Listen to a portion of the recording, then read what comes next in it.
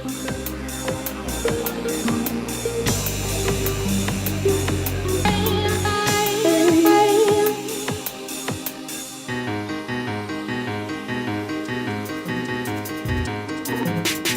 Centrale vous propose une émission dédiée à ses artistes membres et aux pratiques féministes en art actuel d'ici et d'ailleurs. Entretiens, actualités des expos, débats et expérimentations radiophoniques plus ou moins sous contrôle vous attendent.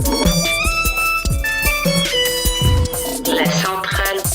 Le premier jeudi de chaque mois, de 8h30 à 9h, à écouter sur CKUT 90.3 FM. Bonjour à toutes et à tous, ici Véronique, coordonnatrice artistique à la Centrale Galerie Powerhouse, pour vous parler brièvement des événements du centre en avril. Tout d'abord, nous aimerions vous inviter à la présentation d'artistes de Candice Davies, qui aura lieu demain soir, le vendredi 6 avril, à partir de 18h. L'artiste nous partagera son processus créatif et élaborera sur les idées véhiculées dans son exposition In Progress, que vous pourrez visiter encore à la galerie jusqu'au 13 avril. À la fin du mois, nous recevrons l'artiste Alana Lynch pour son exposition Sticky Feelings qui aura lieu du 27 avril au 25 mai. L'exposition traitera du travail de recherche de l'artiste sur le dégoût et la peur de la contagion. Le vernissage d'exposition aura lieu le 27 avril à partir de 18h et Alana y présentera une performance en continu. Par la suite, cet automne aura lieu la remise du prix Powerhouse 2018. C'est un prix qui récompense des femmes artistes ou qui s'identifient comme telles, de 37 ans et plus, de la région de Montréal, qui ont une carrière en art depuis plus de 10 ans, mais qui manquent de reconnaissance auprès des institutions culturelles établies. En d'autres termes, qui ont une pratique sous-représentée. La Centrale est présentement en appel à candidature pour le prix. Comme les artistes doivent être nominés par une tierce personne, nous comptons sur votre collaboration afin de soutenir la pratique d'une artiste qui vous tient à cœur. Tous les détails sont sur notre site web et la date limite est le 30 avril. Finalement, nous souhaiterions vous inviter à l'événement Vis-à-vis Visionnaire qui se tiendra au Givre le 11 avril prochain à 19h. C'est une programmation vidéo de femmes artistes des Caraïbes et du Pacifique colombien qui est commissariée par Alexa Cuesta Flores et Elena Martin Franco du collectif La Redada. Cet événement fait suite à la conférence et à la présentation vidéo de l'artiste Jessica Sofia Mitrani qui a eu lieu le 21 mars dernier à l'UQAM et à la Centrale. C'est donc au plaisir de vous y croiser et puis je vous souhaite une très belle émission.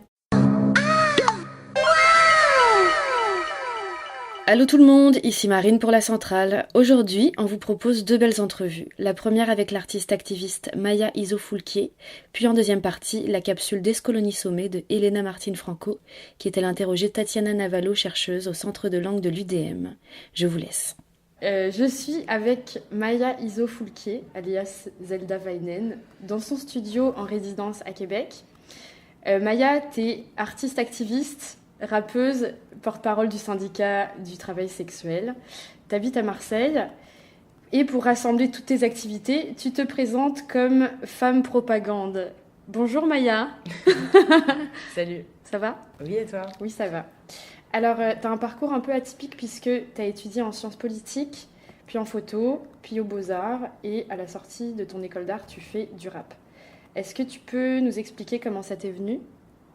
Oui, c'est vrai que pendant mon parcours, quand je faisais mes études d'art, en fait, j'étais très orientée art visuel. Je faisais surtout de la vidéo et de la photographie à l'époque. Bien que le texte a toujours eu une importance, une place dans mon travail, j'ai toujours inséré du texte dans mes travaux. Et finalement, en sortant de l'école, je me suis sentie comme, on va dire, un peu libérée de certaines règles, de certaines attentes qui sont propres à l'institution. Et j'ai pu réunir finalement à la fois mes centres d'intérêt artistiques, mes questionnements politiques, mes convictions féministes, et essayer de leur donner une forme qui fasse sens pour moi et qui surtout ait la capacité de communiquer au plus de personnes possible. Pourquoi tu raccroches quand je t'appelle ? Pourquoi tu réponds jamais à mes cartes postales ? Tu trouves que c'est plus facile de diffuser ce genre d'idées par la musique que par les arts visuels ? Tous les médiums sont puissants et tout dépend comment est-ce qu'on les utilise, mais après il y a une question de monstration et de réception et tout simplement le public d'un centre d'art n'est pas forcément le même que SoundCloud. Ouais. C'est bien que les femmes aient des espaces d'expression qui soient des espaces forts et qui puissent toucher n'importe qui, ce qui n'est pas forcément le cas du White Cube. En fait, tu es pas mal multidisciplinaire.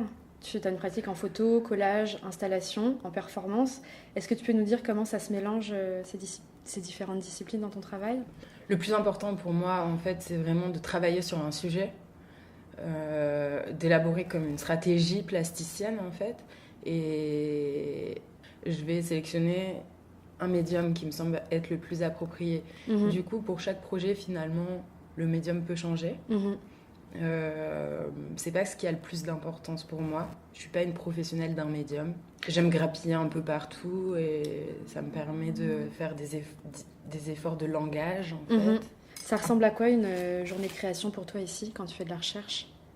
Parce que là on voit des magazines un peu partout par terre, un truc qui ressemble à une robe de mariée, un micro, une affiche que t'as peinte. Ça ressemble à quoi? Je passe beaucoup de temps seule, je suis assez solitaire. Parfois, je vais acheter quelques objets un peu sur des coups de tête. Je pense à des objets que j'aimerais avoir entre les mains. Je les mets comme ça dans mon atelier et puis je les laisse m'inspirer un peu. T'as acheté des trucs aujourd'hui? Ouais. Aujourd'hui, j'ai acheté une piscine gonflable pour enfants avec un palmier dedans. Ok. Un masque de Anonymous. Quelques autres trucs, des magazines porno, ce genre de trucs. Bébé, c'est vrai que je te connais même pas, mais j'aime bien être avec toi. Tu pleures comme un robot et tu choisis plutôt bien tes mots. Éteins ton internet, rejoins-moi, je vais te faire ta fête. Vas-y, oublie ton porte-monnaie. J'ai des valises pleines de billets. On ira faire les cons, on ira sentir les fleurs au milieu du béton. On ira refaire le monde, on ira traîner sur les routes comme de vagabonds. On sera les enfants terribles, notre amour comme un combustible. Bonnie et Clyde, on sera crédible, inadmissible, incorrigible. Toi et moi sur l'autoroute, le bide a l'air en plein mois d'août. T'inquiète bébé, regarde-moi, fais-moi confiance, on prendra 10 cas de bourrelets, de billets et de followers sur Insta. On se fera pardonner tous nos excès, tous nos tracas.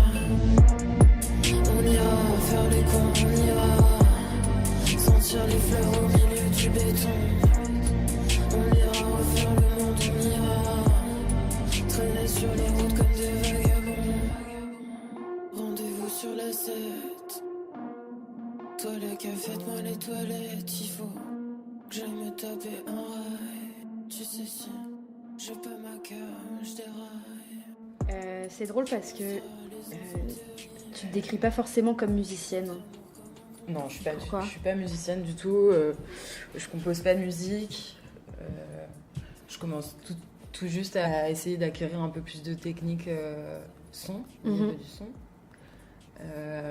Mais ma démarche, moi, c'est surtout d'écrire et d'interpréter de la poésie féministe. Donc c'est vrai que je vais plutôt profiter finalement de cette carence, on va dire, pour aller collaborer avec des producteurs dont j'aime le travail et qui sont OK pour faire une rencontre avec un univers qui me semble déjà fort, alors que eux ils peuvent être complètement déconnectés des questionnements féministes, activistes et compagnie, et du coup ça crée des échanges qui sont assez intéressants en général. Ouais. Tu le vois comme un partage de conviction et d'un peu de communication? Je le vois vraiment comme une rencontre. C'est une communication entre deux personnes qui se connaissent pas et qui partagent pas forcément les mêmes valeurs ni les mêmes questionnements et qui vont communiquer, mais à travers pas de la conversation, à travers de la musique. Par contre, il faut pas non plus. J'aurais du mal à travailler avec des gens qui ont des positionnements qui sont oppressifs. Mais souvent, tu t'en rends compte assez rapidement. J'ai essayé de contacter une artiste que j'aimais beaucoup pour lui proposer une collaboration. En prenant contact avec elle, on a discuté même pas 5 ou 10 minutes et je me suis aperçue qu'elle était plutophobe, tu vois, par exemple. Donc dans ce cas-là, directement, la rencontre, elle peut pas se faire. Et dans ce cas-là, je vais voir si je peux pas trouver ailleurs. Une artiste que je respecte énormément, mais qui malheureusement ne me respecte pas.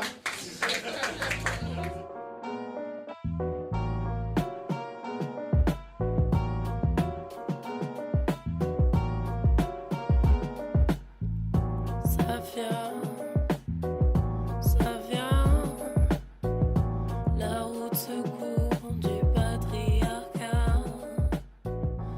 Je trouve que ça manque dans le rap, la poésie féministe. Le problème, c'est que, comme beaucoup de formes d'expression mainstream, et pas mainstream, le rap, il a été complètement pris d'assaut par les mecs. Et aujourd'hui, la rap musique, c'est aussi une plateforme de communication oppressive envers les femmes. Et moi, c'est quelque chose qui me dérange. Même chez des artistes que j'aime beaucoup, dont j'aime la musique, dont j'aime le flow, dont j'aime l'écriture, que je respecte énormément. Et à côté de ça, la réalité du milieu, pour le peu que j'en connais, parce que je suis vraiment pas intégrée dedans, c'est un milieu hyper concurrentiel où il y a 0 place pour les nanas.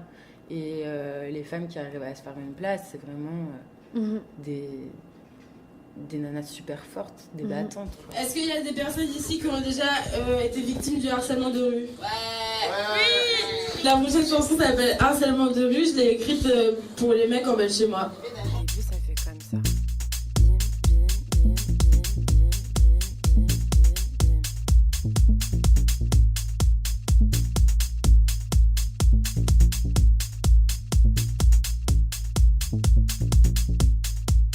C'était vendredi soir et je faisais le trottoir. J'attendais qu'un pigeon vienne me voir. Il me faut de la monnaie, c'est la fin du mois et la reine de la pipe. Ton rap à toi, on l'a vu au concert d'hier, il est pas seulement féministe, mais il parle aussi de ta propre expérience en tant que travailleuse du sexe. C'est quoi la réception de ton travail auprès du public en général? Je pense que c'est toujours la même stratégie. Quand on décide d'être radical, on décide qu'on va confronter les gens. Et donc, quelque part, j'ai conscience que je suis brutale avec mon public. Mais je le suis tout autant quand je fais une exposition en art visuel, tu vois. Moi, c'est une stratégie que j'alimente parce que je pars du principe que finalement, c'est plutôt confortable en termes de repères parce qu'on arrive plus facilement à faire le tri et à identifier qui sont les alliés potentiels, avec qui on peut travailler ou ne pas travailler, avec qui on peut collaborer ou pas et jusqu'à quel point, ce genre de choses. Moi, par rapport à mes textes, la réception, elle est mitigée. Moi, je fais surtout attention au message d'encouragement. En fait, c'est ça qui nourrit la machine quand même. C'est ça qui... Mais on vient parfois me poser des questions, mais qui sont plutôt bienveillantes sur est-ce que je connais vraiment le milieu avant d'en parler. Et ça me semble par exemple une question pertinente parce que effectivement, j'aurais jamais pu parler de ce milieu si je l'avais pas expérimenté, vécu moi-même sur le terrain. Parce que je pense qu'aujourd'hui, dans un monde où on est martelé tout le temps d'images, c'est bien que les représentations soient faites par les gens concernés, qui savent de quoi il en retourne. Quoi. Ouais. Tu es aussi porte-parole du syndicat du travail sexuel. Depuis quand tu es dans la lutte pour les droits des travailleuses et travailleurs du sexe? Ça fait 1 an et demi que j'ai rejoint le syndicat. Au départ, je l'ai rejoint comme simple membre parce que moi, j'ai travaillé donc, comme escort girl et stripteaseuse pendant un petit moment sans même savoir qu'il y avait une communauté, sans savoir qu'il y avait un syndicat. J'ai vécu juste 1 an et demi de honte et de solitude. Au niveau de la sécurité, c'est beaucoup plus difficile de travailler. Enfin, c'est beaucoup plus dangereux de travailler quand tu es isolé. Donc moi, j'ai découvert le syndicat, ça m'a fait du bien. J'ai appris plein de choses, etc. Et puis je me suis vite rendu compte qu'il y avait plein de choses à faire aussi dans ce syndicat et qu'il y avait plein d'énergie créative dans cette communauté. Et du coup, on porte un certain nombre de projets. Et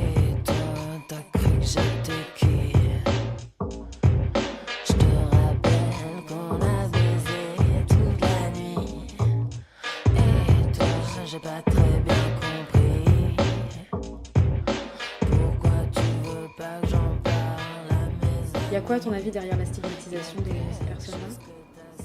En fait, ça pose plein de questions qui sont d'ordre philosophique, politique, social, et plein de questions qui demandent à chacun de se mettre face à ses représentations et à ses stéréotypes. Et ça, c'est très difficile pour les gens. Parce que les stéréotypes et les représentations, ça rassure. Bon, ça aide les gens à continuer leur vie, à se poser des repères, etc. Moi, ce que je pense, et c'est mon opinion personnelle, je peux parler au nom de personne, d'autres que moi-même, c'est que une des raisons pour lesquelles la communauté des travailleuses du sexe est tellement stigmatisée, diabolisée, décriée, c'est parce que être travailleuse du sexe, ça demande à la société de reconnaître que les femmes sont assignées à des tâches qui sont des tâches attribuées à un travail de genre gratuit. Par exemple, on ne va pas payer plus une femme qu'un homme pour le temps qu'elle met à se préparer le matin pour aller bosser et être présentable selon les codes de sa profession, alors qu'un homme ne va pas utiliser ce temps. Ce genre de choses. Bon, c'est pareil, on va partir du principe que dans une société où tout se vend et tout s'achète, ultra capitalisée et mondialisée, le sexe serait l'exception. La bien-pensance, un peu comme... le truc qu'on pourrait pas vendre ni acheter. Cato, quoi, tu vois, c'est le truc qu'on pourrait pas vendre ni acheter, qui serait fait que par plaisir et par amour et dans un désir de reproduction, ce qui est complètement faux, on le sait. La sexualité est une vraie industrie aujourd'hui, donc voilà. Et si tu veux, voilà, être une travailleuse du sexe, c'est dire... je sais que plaire aux hommes, c'est une performance. Moi, je considère que c'est une performance, tout simplement. Ça me demande d'acheter des sous-vêtements comme ci et pas comme ça, de m'habiller comme ci et pas comme ça, de m'épiler comme ci et pas comme ça, de prendre une attitude, de prendre des pauses, de savoir faire ci ou ça, de telle ou telle manière. C'est, pour moi, purement et simplement une performance. Et c'est une performance qu'on demande à toutes les femmes sans les rémunérer. Donc... finalement, rendre visible le travail du sexe, ça veut dire dire ça à tout le monde, et à toutes les femmes, et à tous les hommes, à tous les couples, etc. Et ça, pour l'instant, c'est pas possible. Le patriarcat est pas prêt, quoi. J'en ai marre. J'en ai marre de la douleur. Je la connais tellement bien qu'elle me fait même plus peur. Sale peste, petite coquine, fais-moi des vacances, je les mérite amplement. 26 ans que je t'abrite. Ta dernière compile, elle s'appelle Wedding Blues et elle met en scène le personnage de Zelda Vainen. C'est qui Zelda ? C'est vrai que dans mon travail, j'ai l'habitude de travailler sous forme d'avatar. En fait, j'explore différentes facettes de mon identité que je personnifie comme ça. Tu as différents personnages ? Donc j'ai différents personnages. Zelda, c'est pas le premier. Après, c'est vrai que ce personnage-là, il s'est construit en même temps que le set, en même temps que l'écriture du set. J'avais vraiment envie de mettre en scène une femme forte, mais qui souffre quand même de ce contre quoi elle se bat, parce qu'on oublie souvent que les personnes qui luttent expérimentent la souffrance énormément. On a tendance à l'oublier. Et Zelda Vainen, ça veut dire la guerrière en pleurs. Et j'avais vraiment cette envie, en fait, de mettre en scène une femme forte, mais déprimée, quoi. J'ai joué quelques fois le set en habit de mariée. Et le set s'appelle Wedding Blues, en fait. Ouais. Ça, c'est un truc... j'ai lu un article complètement par hasard sur la dépression post-mariage. C'est quelque chose que je connaissais pas. C'est un peu le même principe que Baby Blues, mais sauf que c'est post-mariage et pas post-accouchement. Je connaissais pas du tout et ça m'a vachement touchée et intéressée, parce que je pense que ça doit être un des grands tabous, encore un de plus, de ce que peuvent vivre les femmes et dont on parle pas. En fait, c'est vrai qu'il y a des femmes qui investissent des rêves, une énergie immense dans l'organisation de leur mariage, et une fois que c'est fini, elles se retrouvent juste au bout du gouffre et elles n'ont plus d'objectifs et elles en souffrent énormément. Et m'appuyer là-dessus, finalement, ça m'a aidé à... Voilà, ça a fait ressort pour créer ce personnage.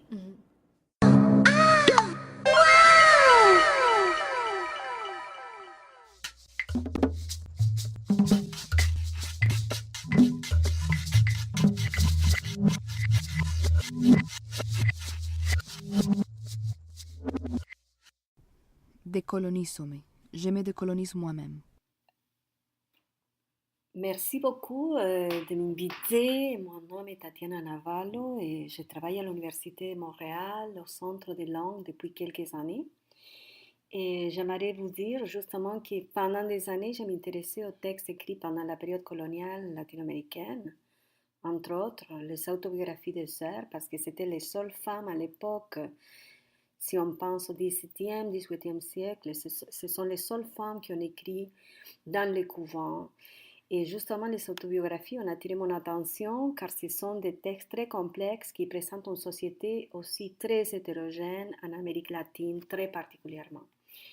Ces textes présentent les tensions justement d'une société décrite dans une perspective européenne, effaçant la présence d'autres cultures locales.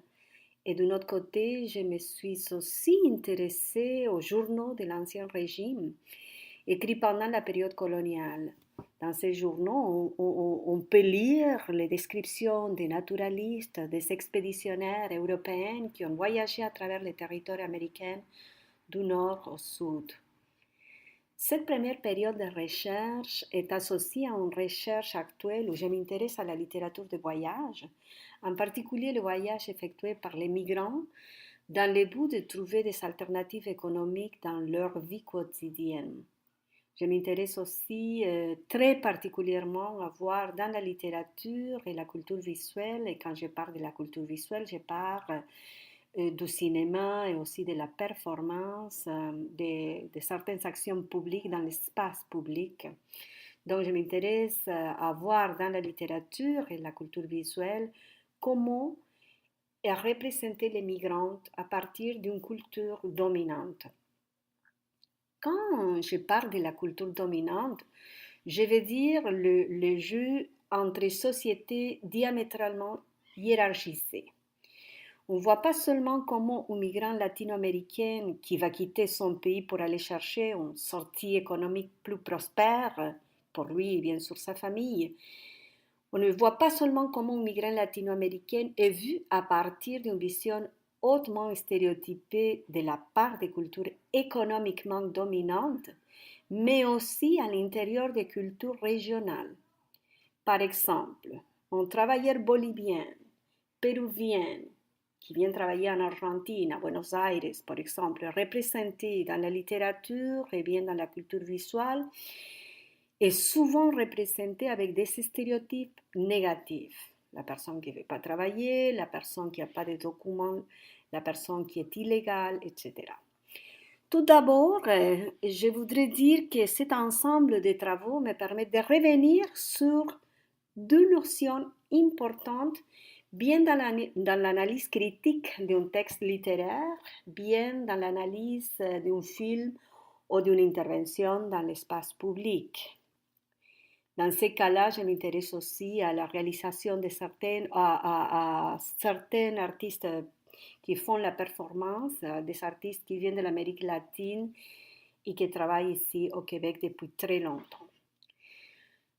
Je vais bien synthétiser le travail de Nicolas Beauclerc parce qu'il s'agit d'un chercheur de l'Université de Montréal qui travaille dans ses recherches avec les notions d'hétérogénéité et pensée frontalière. Je disais tout à l'heure qu'il y a deux notions qui m'intéressent bien présenter aujourd'hui.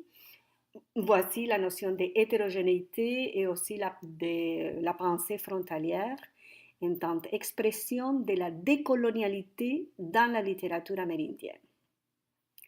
D'abord, je partirai de la constatation générale que l'espace américain constitue une configuration socio-historique hétérogène dont les différentes communautés, possédant les propres traditions culturelles, épistémiques et discursives, ont été mises en relation par l'entremise de grands projets coloniaux et nationaux. Donc, lorsqu'on pense aux champs discursifs concernant les peuples autochtones, on peut ignorer cette hétérogénéité. Quand on parle de l'hétérogénéité, on fait référence à la notion de critique littéraire péruvienne Antonio Cornejo Polar, qui a travaillé déjà la notion à la fin des années 70, début des années 80. Et Cornejo Polar, lui, il va souligner d'un côté les processus historiques de conquête et de colonisation des cultures et comment le processus a été fait par une rationalité particulière déconnectée des populations locales. Et d'un autre côté, quelles étaient la dynamique au pluriel, disons, de résistance de la part des peuples colonisés. Autrement dit, dès le début de la présence européenne sur le continent, les idées, connaissances et techniques mobilisées dans les processus de contrôle des populations et de reconstruction sociale soulignent la distance pratiquement insurmontable avec les réalités locales et la résistance culturelle des peuples autochtones, qui jusqu'à aujourd'hui préservent leur identité, bien que certainement très transformée, a contribué à ce que cette dislocation ne se résolve pas. Il faut dire que dans la perspective de l'hétérogénéité, les problématiques liées aux relations entre autochtones et non-autochtones, les problématiques politiques, sociales, culturelles, etc., ne peuvent pas se réduire juste à la simple confrontation entre deux groupes séparés, parce qu'il s'agit plutôt de voir la coexistence des collectivités qui peuvent s'influencer de façon mutuelle et dont les relations sont médiatisées par les modèles coloniaux du pouvoir. Ça, c'est une deuxième notion à retenir.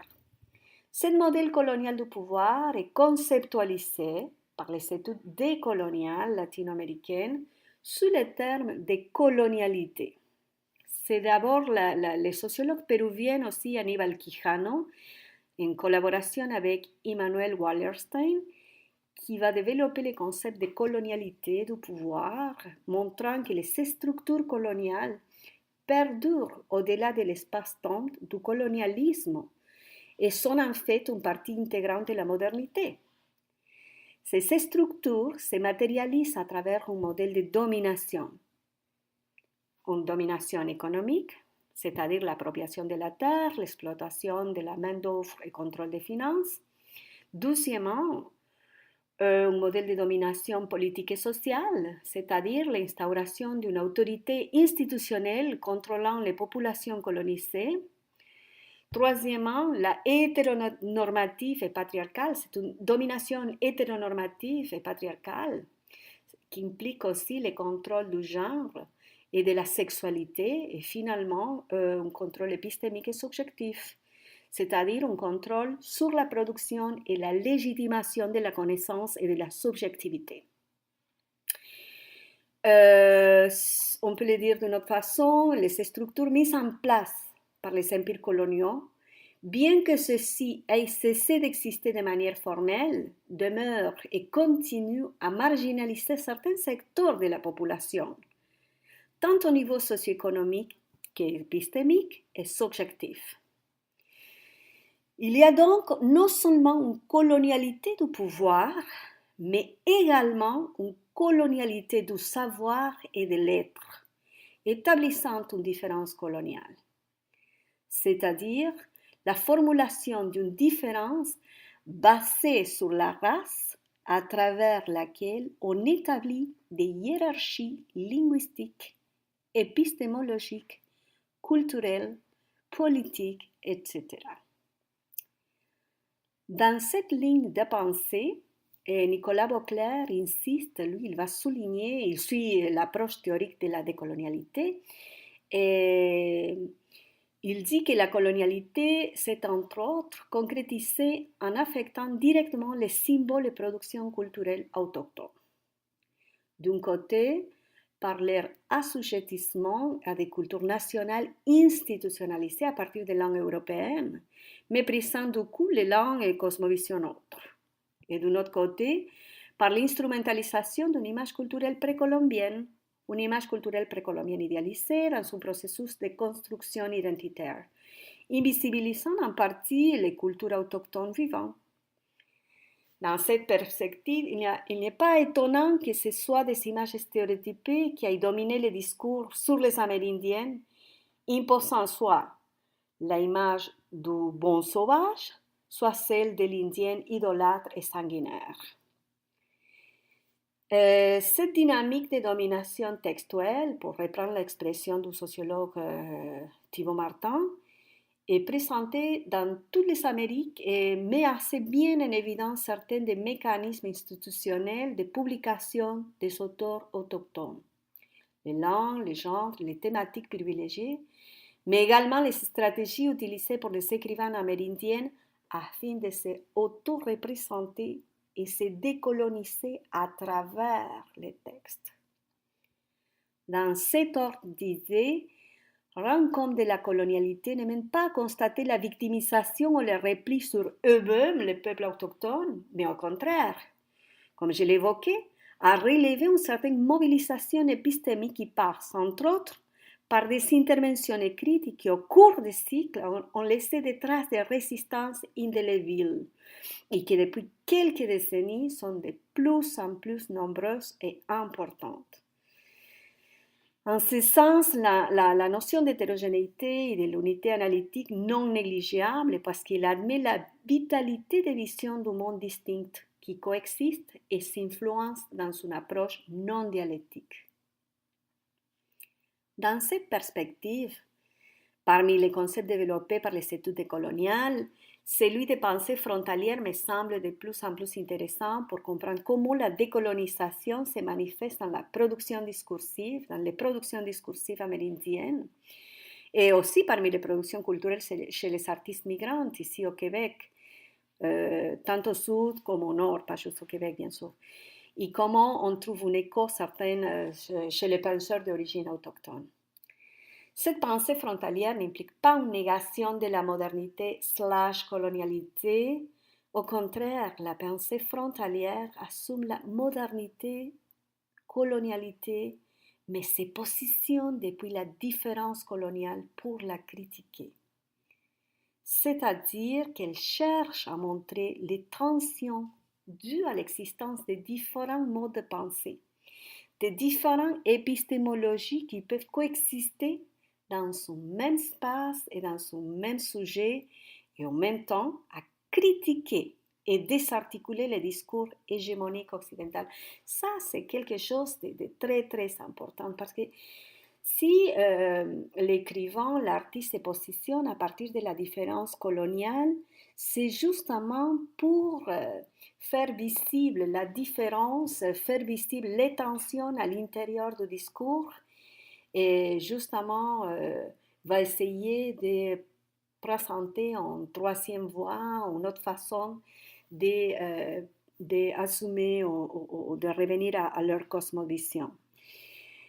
La pensée frontalière peut se concrétiser par exemple par l'expression des langues et des manières de penser autres qui met l'accent sur ce que la colonialité a tenté de taire, c'est-à-dire, entre autres, les manières autres de voir et comprendre le monde, ainsi que la transmission des connaissances sur celles-ci et les êtres qui les composent cultivés par les peuples autochtones, et aussi par la subversion de ces stéréotypes persistants dans les manières de représenter les Premières Nations.